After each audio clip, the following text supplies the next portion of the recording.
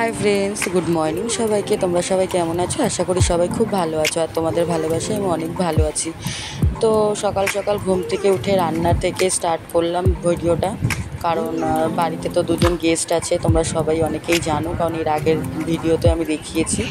আমার ননদ আর দেওর এসছে, মানে ওরা ঘুরতে এসেছিলো একটা কাজে, তো আমাদের বাড়িতে দুদিন থেকে গেছে। তো তাদের জন্য সকালবেলা ঘুম থেকে উঠে রান্না করছি। যেমন সকালবেলা ঘুম থেকে উঠে ভাত বসিয়ে দিয়েছি, ডালটা বসাবো, তো দেখতে থাকো। বেলা রান্না করব কাঁচকলা দিয়ে, একটু একটা রুই মাছ দিয়ে রান্না হবে, আর ডাল হবে, আর এই ভাত বসিয়ে দিয়েছি। তো তোমাদের আমি দেখাচ্ছি, চলো।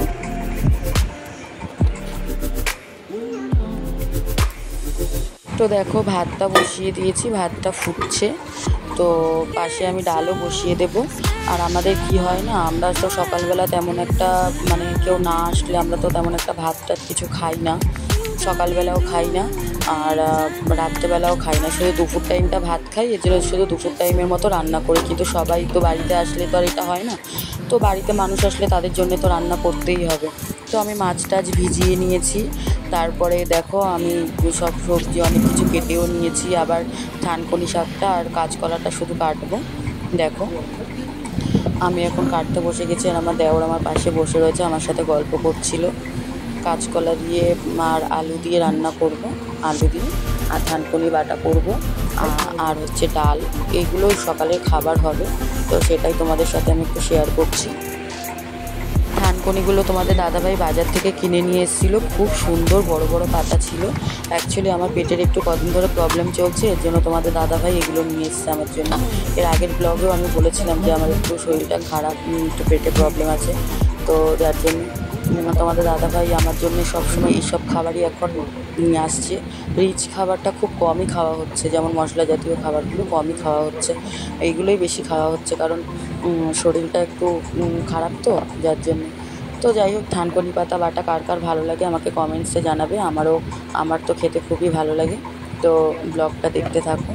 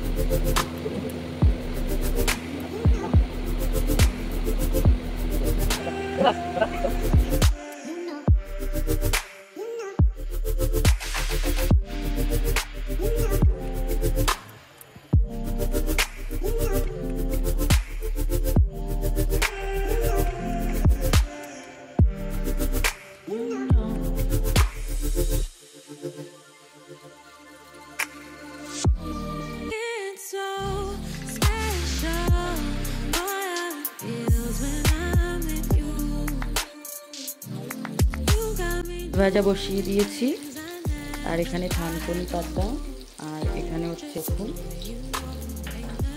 কলাটাকে তখন ভিজিয়ে রাখা হয়নি, একটু কালো কালো হয়ে গেছে, আর এখানে ভাতটা হয়ে গেছে। দেখো প্রেশার কুকারের সিটি, ডাল পড়ে একদম কি অবস্থা হয়েছে না হাঁড়িটা। ঠিক আছে, নো প্রবলেম, আমি আবার এটা মুছে দেবো, অসুবিধা নেই। মাছটা ভাজা হতে থাক, দেখো ওরা কী করে। আসছি, ব্লগ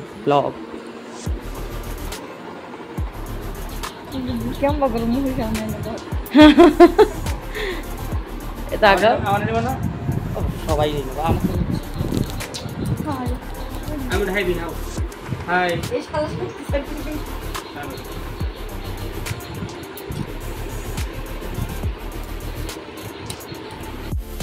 ফার্স্ট ডেতে গিফট দিয়েছে আমার হাজব্যান্ডকে। এটা তো সকালের পেয়েছো না, এখনও তো বাকি আছে না, বিকালে এখনও বাকি আছে। কতগুলো পেন পেয়েছে, চকলেট পেয়েছে, এটা পেন, এটাও পেন, এটাও পেন, এটাও পেন, হ্যাঁ এটাও পেন না, হ্যাঁ পেন ওটা। আর এই যে স্পেশাল একটা গিফট, সেটা হচ্ছে কি, এটা রথতলা থেকে দিয়েছে না, রথতলা ক্যারাটে গ্রুপ থেকে দিয়েছে। এটা হচ্ছে কাপের ওপরে স্বাভাবিক সবাই জানে। তো দেখো কি সুন্দর করে বাঁধিয়েছে। আর এই টি শার্টটা গিফট করেছে।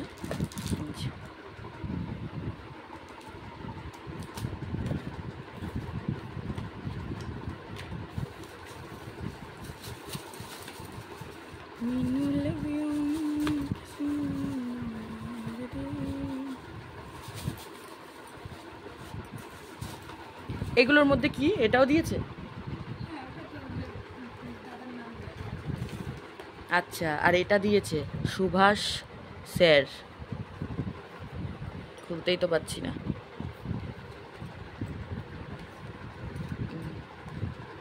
ওয়াও, হেভি সুন্দর। এটা দিয়েছে গিফটে। এটা কি? The best and no one teacher. ওফ বাবা,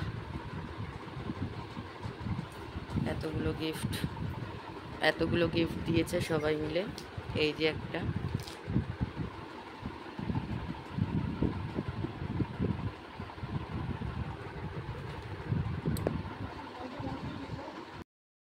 সকাল খেতে বসে গেছে, এখনো খাওয়া হয়নি।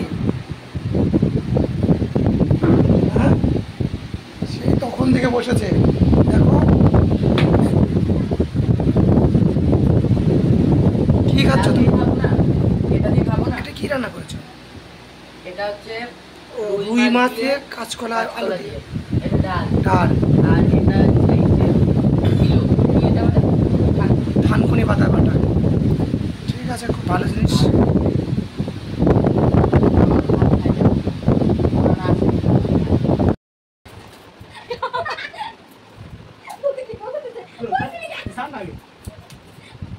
দুই ভাই বোন মারামারি করছে দেখো। আমরা ঘুরতে বেরিয়ে গেছি। আমাদের এখানে রাসমণি মন্দিরের এখানে ঘুরতে চলে এসেছি। তো তোমরা অনেকেই হয়তো যারা কল্যাণী কাঁচরাপাড়ার সাইডে থাকো তারা অনেকেই রাসমণি মন্দির চেনো, আবার অনেকেই চেনো না। সেটা হচ্ছে গঙ্গার পাড়ে, কাঁচরাপাড়ার দিকটা। তো দেখো মন্দিরটা কত সুন্দর, দক্ষিণেশ্বরের মন্দিরের মতো দেখতে, তাই না? কত সুন্দর না দৃশ্যটা দেখতে। আমরা এখানে ঘুরতে চলে এসেছি। তো দেখো আমরা সবাই হাঁটছি, সামনে আমার দেওর হাঁটছে, আমার পাশে আমার ননদ রয়েছে। তো সবাই মিলে আমরা চলে এসেছি গঙ্গার পাড়ে। তো আমরা একটা রিলসও এখানে বানিয়ে নেব, খুব সুন্দর। তো দেখো জায়গাটা খুবই সুন্দর। এখানে সব সময় একটা মেলা মেলা ভাব থাকে, সব সময় একটা মেলা মেলা মনে হয় যে সব সময় মানে যারা কাপল তারা তো সব সময় এটা মানে যে কোনো গঙ্গার পাড়েই যায়। আর এখানেও প্রচুর ওর এখন দেখা যায়। আমরা কত সুন্দর চলে যাচ্ছি দেখো ঘাটের সাইডে। ঘাটে প্রচুর লোক ছিল, ভিডিও টিডিও বানাচ্ছিল, সবাই শ্যুট করছিল নিজেদের মতো, ফটো তুলছিল। তো আমরাও চলে গেলাম সেখানে ঘুরতে। তো দেখতে থাকো।